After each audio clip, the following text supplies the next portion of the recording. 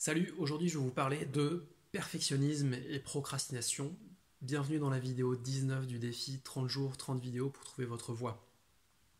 Alors pourquoi je vous parle de ça? Parce que c'est un thème que j'aborde quasiment tous les jours dans ce qu'on fait avec les entrepreneurs révolutionnaires en coaching, et encore ce matin on en a parlé longuement avec nos clients, et que c'est un mal, encore une fois je pense très français, le perfectionnisme, et surtout qui empêche tellement de gens à se lancer, et moi le premier, ça m'est arrivé pendant des années, à attendre d'avoir l'idée parfaite, et puis après de se dire ok, il faut que j'ai mon business plan, il faut que j'ai mon étude de marché, il faut que j'ai créé mon site, il faut que j'ai mon blog, il faut que j'ai fait telles analyses, etc. Et après je vais me lancer. Il faut que j'ai créé mon produit de A à Z, et après je vais me lancer.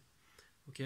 Bon, ça concrètement, c'est se fixer une montagne énorme, et c'est le meilleur moyen de se décourager, de se trouver plein d'excuses encore une fois pour ne pas se lancer, et en tout cas de ne pas garder une motivation suffisante pour aller jusqu'au bout du projet.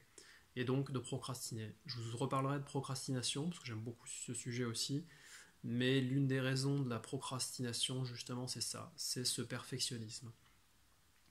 Donc, comment y remédier? Déjà, c'est accepter que rien n'est parfait, rien n'est jamais parfait, et c'est très bien comme ça en fait. Tout est imparfait dans tout ce que vous faites tous les jours, et c'est ça qui fait la beauté des choses surtout. C'est accepter que, pour faire un petit peu de philosophie ou de spiritualité, la beauté des choses, la beauté des personnes, est dans l'imperfection.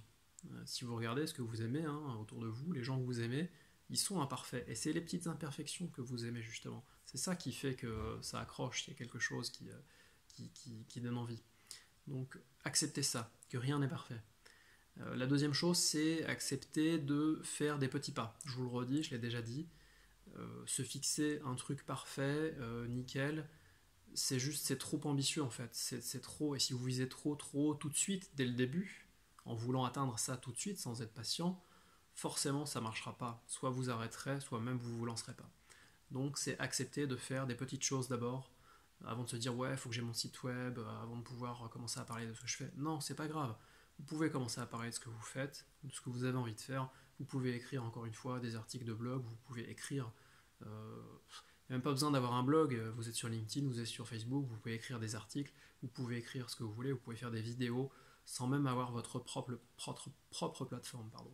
Vous pouvez déjà être entendu, passer votre message, voir si s'il y a un intérêt, s'il y a de l'engagement, avoir des discussions avec des gens avant même qu'ils soient vos clients, avant même que vous ayez un produit.